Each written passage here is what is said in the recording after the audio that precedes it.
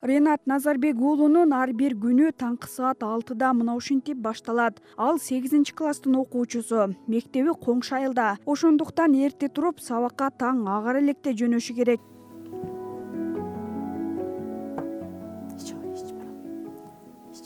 Балдарың кетип калбасын. Бүгүн канча сабагың бар? Сабагыңа жакшы даярдандыңбы?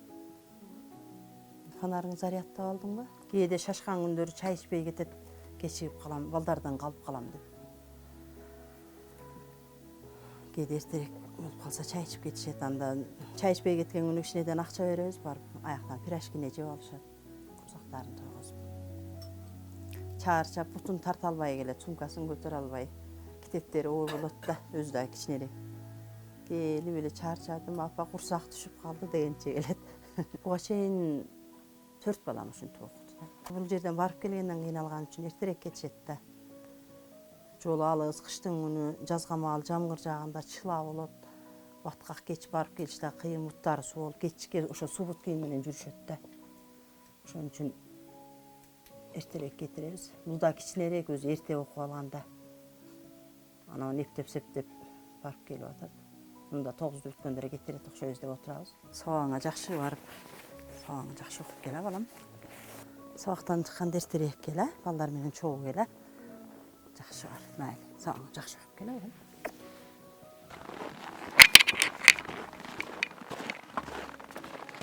балам. Биз эртең менен 6:30-да келип, башкаларын билбейм, 6:30-да туруп, ушу даярданып кийинип, 7-лерде чыгып барып, чакырып, бирибизди чакырып чогуу эле кетебиз. Өкө анан кийин саат канчада ачасың, чогуу кетели? Саат 1:30-да. Чыгып ана жерде күтүп тура. 8-де 8:10 мектепке жетебиз. Биздин класстын сыяты күйө эле экен. Айылда болгон улак сулак нерселер сүйлөшүп келебиз. Эми бирок бул да эригенде жакшы ылай болуп берет. Канчабыз жыгылабыз, кроссовка кийип келсек өлөт, желмет кийип келсек кызыктай калабыз, көтөрүш бар аны. Кээ биркилери ат менен келишет, бирок мына машина чыгып калса машинада эле түшүп алабыз, бирок көбүнчө жүрүп эле келебиз. Кар жааганда биз мындай карды молтоп эле кечип келе беребиз, же болбосо чоң жол менен келебиз. Анан келип, кызыл зонасынан жылда кар көчүп түшчү эле. Быйыл кар жаагана байланыштуу көчпөдү.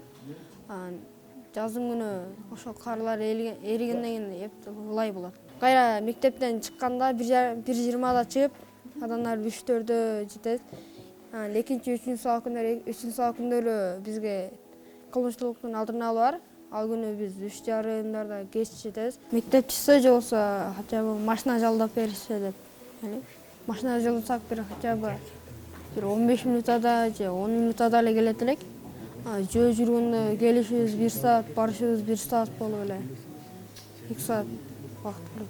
Келечекте бизнесмен болуп, ошо айылыма мектеп салып берем, же болбосо мындай машина жалдап берем деп ойлорум. Жусуп Мамуратовдун орто мектебинде 342 окуучу окуйт. Анан Бөртө койдон 22 окуучу келет да. Ошо Каңгорбон айылындагы эң оор келип кетүүдөн кыйналган окуучулар ушу Бөртө койдон келген окуучулар. Айрыкча кыштын күнү саар менен таң атканда саат 8:30-да таң атат, тиги окуучулар саат 6-да жөнөйт да аяктан. Бел ашып келишет, жол аябай алыс. Анан суудан дагы айланып келишет, катуу аябай кыйын да. 22 окуучунун 14-ü 1 сменада окуйт. Саар менен эртең менен саат 8-де ошо мектепке алып барышат, караңгыдасы келишет. Ал эми түштөн кийинкиден 8 окуучу окуйт, түштөн кийинки 2 сменада калат. Алар уже кыштын күнү саат 5:30-да эле караңгы кирет. Караңгыда 6-да караңгы киргенде кетишет да. Ошо каттоого аябай кыйын. Ошо кыштын күнү ушу Бөртө койдун балдарын уктап атканда да оюңда ошо Бөртө койдун балдары да. Ушулар жакшы келсе экен. Эми талаар бел да ашып келет. Ар кандай шарт өтө оор. Ошо Бөртө койлук балдардын ошо келип кетиши каттоосу өтө оор болот. Кар жааган мезгилдер, өтө суук болгон мезгилдерде саат 5:30-да уже караңгы кирет да, капкараңгы болуп калат. Анан окуучуларга ушу үйгө тапшырмаларды берип, Анан бардыгын топтоштургандан чогуу кеткиле деп жолго салабыз. Антпегенде уже караңгыдасы белди ашып кетиш кыйын да.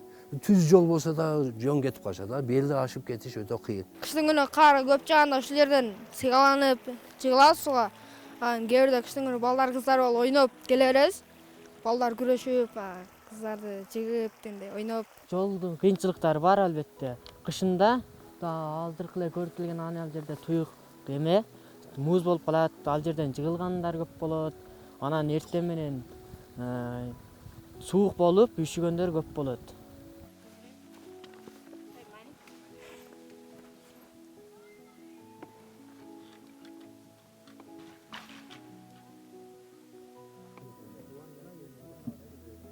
Biz 2006'da Düşe Mektep'te bu nerede bir üydü arenda kalıp 2006 жылы. Oşu men 1. klastan 4. Kallıkoy baştalgan. Kallıkoy mektebi. 2007'de Aşar Jolu men tigi mektepte 2007'den beri толкан иштеп атат. Мектебиз 1. klastan 4. klaska чейин. 5. klastan 11'di бүткөнгө чейин Жүсүп Мамырдаган көргөн айына барышат. Көйгөйлөр эми өтө зор. Өтө кенен, өтө айтып отурсак даттанып аттык, деп аттык. Эч маселе чечилбеди. Патриот адамдар чыгып, ушул айылга ушундай бир кызмат кылып калайын деген адамдар боло турган болсо, аябай жакшы болот эле. Айылдын эң негизги көйгөйлүү проблемасы болгон ушул. Анан бирөөлөр колдоп берип, ушундай акча каражаттарын бизге жардам бере турган болсо, биздин окуучуларыбызга аябай жакшы болот эле. Кызым бүгүн кеч чыгыпсың го, кеч болуп калды. Суук кыйналбадың ба? Машина чыкпадыбы? Сөз жалаңдап келдиң. Транспорт маселеси чечилгенде аябай жакшы болмок. Бизде деле бул жерде машиналар бар. Кезде түшүп калганда ошолорду күтүп, бул окуучулар ошолорго түшө калышат. Анан жок болгондо ушул 1,5-2 сааттын тегерегинде келишет. Мектептен ушул үйгө чейин. Анан мен ушу колум бошоп калганда ушу үлгүрүшүмө карап, жайбы кышпы ага карабайм, мен постоянно ушу балам үчүн барам да. Анан мен ушул балдардын транспорт маселеси чечилип калса да жакшы болмок да. Ушу окуучулар үчүн коркосуң, кыштын күнү, жайдын күнү болсо деле кеч аш болот. Ушу ит куш болобу, башка болобу, ушу балдардан коркосуң да.